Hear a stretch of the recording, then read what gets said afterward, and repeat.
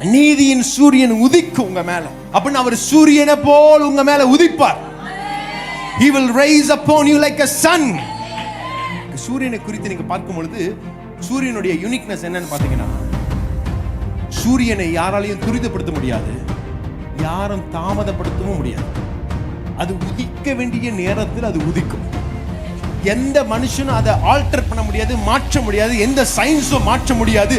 அது எப்பொழுது உதிக்க வேண்டுமோ அப்பொழுது அது உதிக்கும், எப்பொழுது மறைய வேண்டுமோ அப்பொழுது. அப்படின்னு ஆண்டவர் சொல்றாரு, நீதியின் சூரியனை போல தேவன் உங்க மேல உதிப்பார். அதற்கு அர்த்தம் என்னன்னா, யாராலையும் அதை தடை செய்ய முடியாது. நீதியின் வெளிச்சத்திற்கு கீழே நீங்க வருவதை யாராலையும் தடை செய்ய முடியாது. அவர் நீதியின் சூரியனாக உங்கள் மேல் உதிப்பார். அவர் யாராலையும் துரிதப்படுத்தவும் முடியாது, யாரும் தாமதப்படுத்தவும் முடியாது. உதிக்க வேண்டிய காலத்திலே கர்த்தர் உதிப்பார். விசுவாசிக்கிறவங்க கரங்களை தட்டி ஆமென், ஹல்லேலூயா. அவர் நீதியின் சூரியனாக உங்கள் மேல் உதிப்பார்.